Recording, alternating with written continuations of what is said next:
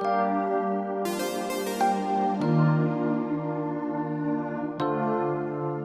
and welcome on the Watches TV, and today we will uncover the last new timepiece revealed by Moritz Grossmann in 2019, a vintage version of their Benu Power Reserve, a watch paying tribute to the very first pocket watches of the German brand. So let's go.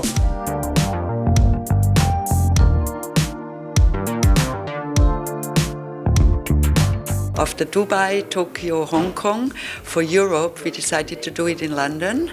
And London is a very special place because Moritz Grossmann was very connected in the 19th century to London. Moritz Grossmann studied here at an early part of his career, wrote a paper which won a prize at the British Horological Institute, and he was unbelievably proud, in fact, of that achievement. He became a member of the Institute, and he loved his time in London. He spent, I think, more than a year here.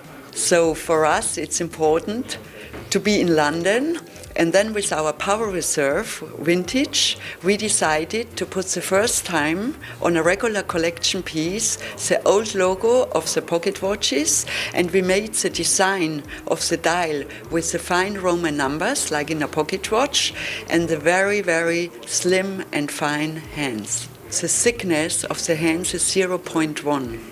And it's like nothing. It's like a line what you have, but you have to polish the line and you have to anneal it in one color. Moritz Grossmann was somebody who used very fine hands in his pocket watches, and we wanted to bring this old kind and traditional kind of production of back in our new pieces. Also das Spezielle an dieser Gangreserveanzeige, die wir konstruiert haben, ist das konzentrisch angeordnete Scheibensegment am Zeigerwerk.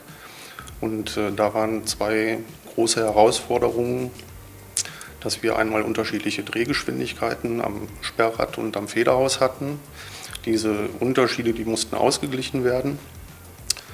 Und das zweite war dann im Prinzip die Änderung der Drehrichtung. Das musste ebenfalls über das Getriebe gewährleistet werden. Und das haben wir mit einem Differentialgetriebe gelöst. Bei herkömmlichen Zeigerstellmechanismen bleibt die Krone, wenn man sie gezogen hat, stehen in der Position. Es hat den Nachteil, dass das Gehäuse nicht mehr dicht ist, während man die Uhr stellt oder auch Zusatzfunktionen einstellt. Bei unserem Mechanismus liegt die Krone immer am Gehäuse an. Also wir haben einen speziellen Mechanismus, der nach dem Ziehen der Krone die Krone wieder ans Gehäuse zieht. Man ist in der Funktion der Zeigerstellung, und wenn man das fertig hat, drückt man den Drücker und die Zeigerstellfunktion wird wieder gelöst.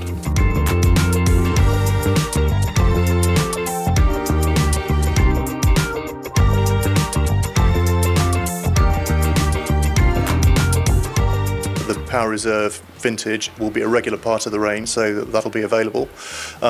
It has always been true that people can order special pieces. They can have changes of design. We've always been able, and we have in fact done a couple of those vintage logos for other people.